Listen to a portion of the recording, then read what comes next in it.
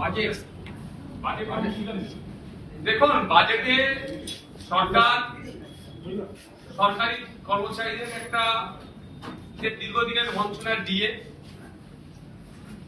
20% increase করেছে, কিন্তু সমকাজের সমবেতনের যেটা পর্যায়ে আছে সেক্ষেত্রে কিন্তু আর যারা কন্ট্রাকচুয়াল সরকারি কর্মচারী যারা ছিলেন, যারা কন্ট্রাক্টে ছিলেন, সরকারি কাজ করতেন, তাদের সেভাবে দিশা দেখাতে পারেন।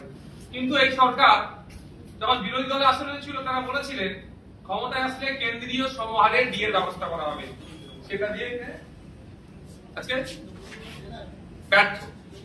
শুধু তাই নয়, সিভিক ভলেন্টিয়ার থেকে শুরু করে আশাকর্মী যারা আছে তাদের কিছু হয়তো সাম্মানিক বাড়ালেও আমরা যদি আশাকর্মীদের বিভিন্ন রাজ্যে দেখি, তাদের ক্ষেত্রে যে যারা যে সাম্মানিক পায়, আমাদের রাজ্যে সেই অর্থ পায় না।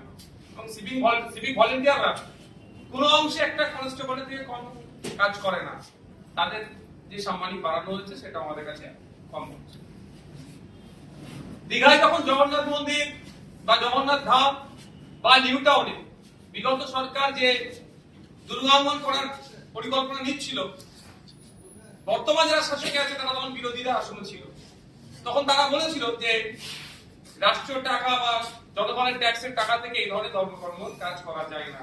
আর আমরা দেখছি এই বাজেটে বিভিন্ন ধর্মস্থানে সংস্কার থেকে শুরু করে বিভিন্ন প্রজেক্ট হচ্ছে, ঘুরে ফিরে সেই মানে জাস্ট মানুষই এক তো শুধু ড্রেসটা চেঞ্জ করা হচ্ছে না দেখতে পাচ্ছি। যে বিষয়টা লক্ষ্য রাখছি, অনেক প্রতিশ্রুতি দিয়েছে এখানে, ব্লু ইকোনমির কথা বলেছে, সুনীল অর্থনীতির কথা বলেছে, অর্থশাস্ত্রের কথা বলেছে, কিন্তু বাস্তবিক অর্থে এটা কতটা রূপ পাবে সেটা এখন দ্বিধাদ্বন্দ্বের মধ্যে আছে। কারণ আমরা দেখেছি অলরেডি সমতলে যেভাবে দু একটা শিল্পপতি গোষ্ঠী কন্ট্রোল করছে, এই ব্লু অর্থনীতির কথা চাপিয়ে সুনীল অর্থনীতির কথা বলে এবারে কি জলটাকেও দখল নেবে, সেই দুটো একটা কোম্পানিকে বরাদ দিয়ে সবটাই কন্ট্রোল নেবে না। আর ম্যাক্সিমাম জায়গা দেখলাম পিপিপি মডেলের কথা বলা হচ্ছে, শুনতে খুবই ভালো লাগে, পাবলিকের উপরে পাবলিক এখানে ইনভলভ হচ্ছে, কিন্তু এখানে সেই ধরনের পলিসি আমি দেখতে পাই না, যেটা আমাদের পাড়ার যিনি মাসে ৬,০০০ টাকা ইনকাম করতে তার অনেকটা কষ্টকর হয়ে ওঠে, সেও এই সরকারি পিপিপি মডেলের সে অংশগ্রহণ করতে পারুক, এ ধরনের মডেল নাই। পিপিপি বললেও সেই নির্দিষ্ট কয়েকটা শিল্পপতি গোষ্ঠীদের জন্য হয়তো মানে কথা হচ্ছে, অনেক এখানে প্রতিশ্রুতি হচ্ছে। সর্বোপরি যেটা আমি আগে থেকে উপলব্ধি করেছিলাম সারা দেশের পরিস্থিতি দেখে, সংখ্যালঘুদের ক্ষেত্রে যে বরাদ্দ ছিল সেটাকে কাট করা হচ্ছে, প্রায় ৩,০০০ কোটি টাকা কাট করা হয়েছে। এখন দেখার বিষয়, যেটা বরাদ্দ হয়েছে প্রথমত বলি সেটা ১০০% কাজ করে কি করে না। দ্বিতীয় কথা হচ্ছে, সংখ্যালঘুদের ক্ষেত্রে বা মাইনরিটি ডিপার্টমেন্টে শুধু মুসলিমদের জন্য নয়, আরো যে সংখ্যালঘু সম্প্রদায়ের মানুষজন আছে তাদের সাথেও কিন্তু এই বঞ্চনা করা হচ্ছে। এদিকে এদের সরকারের স্লোগান সবকা সাথ সবকা বিকাশ বললেও ভারতবর্ষের সংখ্যালঘু সম্প্রদায়কে ক্রমশ কোণঠাসা করা হচ্ছে, এটা তার জ্বলন্ত একটা প্রমাণ দিলেন। আগামী দিনে নিশ্চিতভাবে বাজেটের উপরে যখন বিস্তারিত আলাপ বলার সুযোগ দেওয়া হবে, আপনাদের তো লাইভেরও সুযোগ আছে, সে বিষয়ে তখন চর্চা করব। তবে এতটুকু কথা বলবো, বিগত সরকারের দিক থেকে বর্তমান সরকারকে, বিগত সরকার যেটা ছিল তাকে দেখে শিক্ষা নেওয়া দরকার। ক্ষমতার দম্ভ দেখালে পরাজয় নিশ্চিত হবে, শুধু তাই নয়, পরাজয়ের পরে যে বিপর্যয় নেমে আসবে সেটা কিভাবে সহ্য করবে সেটা তাকে শিক্ষা নেওয়া দরকার।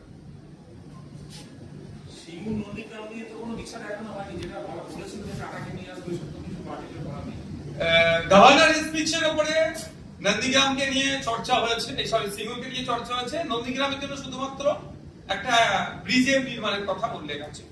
দেখুন, বিজেপির মুখ থেকে সিঙ্গুর শব্দটা যত কম আসবে আমার মনে হয় ততই ভালো, কারণ সিঙ্গুর থেকে টাটাদেরকে উচ্ছেদ করার যদি মুখোশ হয়ে থাকে মমতা ব্যানার্জি, মুখ কিন্তু বিজেপি। আমরা দেখেছি আজ টাটা সিঙ্গুর থেকে বিতাড়িত হওয়ার ফলে পশ্চিমবাংলার শিল্পের সর্বনাশ হয়েছে। আমি বলেছিলাম যতদিন মমতা ব্যানার্জি পশ্চিমবাংলা থাকবে শিল্পপতিরা ইনভেস্ট করবে না, ওই বিশ্ববঙ্গ বাণিজ্য সম্মেলন হবে, খাবে দাবে চলে যাবে। এখনো পর্যন্ত তার সিংহকে নিয়ে সে দিশা দেখাতে পারেনি। আর সর্বোপরি কোন মুখে দিশা দেখাবে? যারাই টাটাকে তাড়িয়েছে তারা কিভাবে এটা দিশা দেখাতে পারে? এট এ গ্লান্স আপনার বাজেটটা কি মনে হচ্ছে? প্রথম দফায় দেখে ওটা হয়তো পড়া সম্ভব হয়, কিন্তু দেখে এট এ গ্লান্স আপনার কি মনে হচ্ছে? কিছু চমক আছে, আর যে ব্যর্থতা এই বাজেটের মধ্যে আছে, ব্যর্থতা ঢাকা দেওয়ার একটাই জায়গা, সংখ্যালঘুদের ফান্ড কেটে দেওয়া হয়েছে, মুসলিমদের ফান্ড হিসাবে। ফলে যারা বিজেপিকে নিয়ে এসছে একটা হেভি অংশ ভোট দিয়ে নিয়ে এসছে এই রাজ্য সরকারের দ্বিচারিতা, অন্যায়, অত্যাচারের বিরুদ্ধে বিগত সরকারের, আর যে অংশের ভোটটা বিজেপিকে নিয়ে এসছে তারা দেখাবে যে মুসলিমদেরকে টাইট দেওয়া হচ্ছে, এটাতে চাপা দেওয়ার জন্য এই সংখ্যালঘুদের ফান্ডে কাট করেছে। নির্দিষ্ট করে ওই কোশ্চেনটাই করবো। সংখ্যালঘু দপ্তর, মাদ্রাসা শিক্ষা দপ্তর তার যে বরাদ্দ তার প্রায় 50% নিচে নেমে গেছে। আগের সরকারের এই যে বরাদ্দ ছিল এবং এই সরকারের যে কমানো হতো আগের এবং এখনকার, কিভাবে বিশ্লেষণ করবো? ধরুন, এই বাজেটের যে সমস্ত দিকগুলো ব্যর্থতা আছে, দুর্বল জায়গাগুলো ঢাকা দেওয়ার অস্ত্র ওটাই, আর কোনো চর্চা হবে না, ওটাই অস্ত্র। এই দুর্বলতা ঢাকা দেওয়ার জন্য সংখ্যালঘুরা রেডি আছে, এক নম্বর। দ্বিতীয় কথা, সংখ্যালঘুদেরকে মানে সংখ্যালঘু মুসলমানদেরকে টাইট দিতে গিয়ে বাকি যারা সংখ্যালঘু সম্প্রদায়ের অন্তর্ভুক্ত তারা আজকে টাইট হচ্ছে। তৃতীয়ত, যে বাজেটটা আজকে রেখেছে একটু আমি চরম বিরোধিতা করছি, কারণ প্রত্যেকটা ডিপার্টমেন্টের বাজেট বাড়লো, সংখ্যালঘু ডিপার্টমেন্টের বাজেট কমে গেল, এটা আমি চরম বিরোধিতা করছি এবং এটা নিয়ে বিবেচনা যাতে করা হয় সেটারও আমি চর্চা করব। 3 নম্বর যে বিষয় যেটা থাকছে সেটা হচ্ছে যে বাজেট বরাদ্দ হয়েছে সেটাও যদি 100% কাজ করে সেটাও কিন্তু উপরি পাওনা হবে। কারণ এটুকু আমি বলে দিই, লাস্ট ফিনান্সিয়াল ইয়ারে 5500 কোটি টাকার উপরে সংখ্যালঘুদের স্বার্থে বরাদ্দ ছিল তৃণমূল পরিচালিত সরকারের। কিন্তু তথ্য তুলে দেখা যাবে লাস্ট 4টি যদি আপনি অর্থবর্ষ দেখেন 50% এরা খরচে কভার করেনি যা বরাদ্দ থাকে। শুধু তাই নয়, 20% মুসলিম যে ব্লকে বসবাস করে সেই ব্লকগুলোকে অ্যাজ মুসলিম ব্লক হিসেবে ট্রিট করিয়ে ওখানে স্কুল এডুকেশন সহ আনুষঙ্গিক ডিপার্টমেন্টে এই সংখ্যালঘু বিষয়ক মাদ্রাসা শিক্ষা দপ্তরের টাকাও খরচ করা হতো, অর্থাৎ টাকার ফান্ডের অপব্যবহার হতো। আমি আশা করব এই সরকারের কাছে যে ফান্ডের অপব্যবহার না হয়, মিসম্যানেজমেন্ট না হয়, যে ফান্ড যার জন্য বরাদ্দ হয়েছে হেড টু হেড সেটা খরচ করা হোক এবং এটা এই বৈষম্যর হাত থেকে, বঞ্চনার হাত থেকে বাংলার মানুষ সহ সংখ্যালঘুদেরকে মুক্ত দেওয়া হোক। কারণ গভর্নর স্যার তার স্পিচে বলছে আপনার ধর্মনিরপেক্ষতার চরিত্র বজায় রাখার কথা। যদি ওটাই হয় এবং প্রত্যেকটা ধর্ম, জাত, বর্ণের ঊর্ধ্বে গিয়ে একটা গুড গভর্নেন্স উপহার দেওয়ার কথা বলছে, তো এখানে নির্দিষ্ট করে সংখ্যালঘু সম্প্রদায় মুক্ত যারা আছে তাহলে সরকারের দ্বারাই তারা বৈষম্যের শিকার হচ্ছে। আর এই সরকার সংবিধানকে সামনে রেখে শপথ নিচ্ছে, আশা করবো সংবিধান সম্মত কাজ করবে।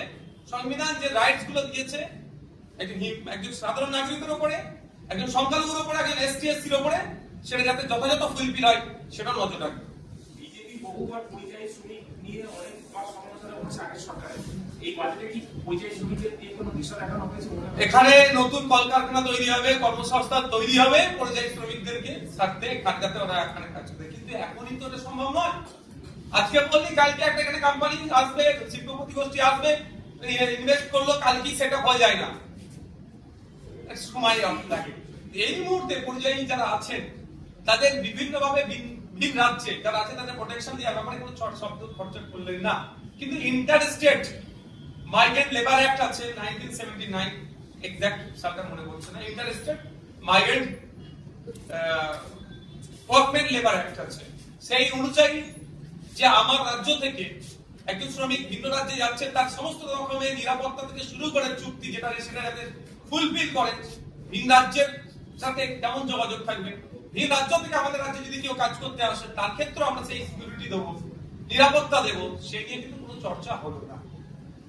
কিন্তু ভোটের সময় সেই সময় ভিন রাজ্য থেকে ভোটারদেরকে নিয়ে আসা, তদারকি করে নিয়ে আসা, তাদের জন্য স্পেশাল ট্রেন অ্যারেঞ্জ করা, সবটা হলো, তারা ভোট দিল, তাদের ভোটের জন্য একটা অংশের ভোটের যদি সরকার পরিবর্তন হলো, কিন্তু সরকার পরিবর্তন হয়ে যাওয়ার পরে তাদেরকে নিয়ে সে অর্থে আর চর্চাই হলো না।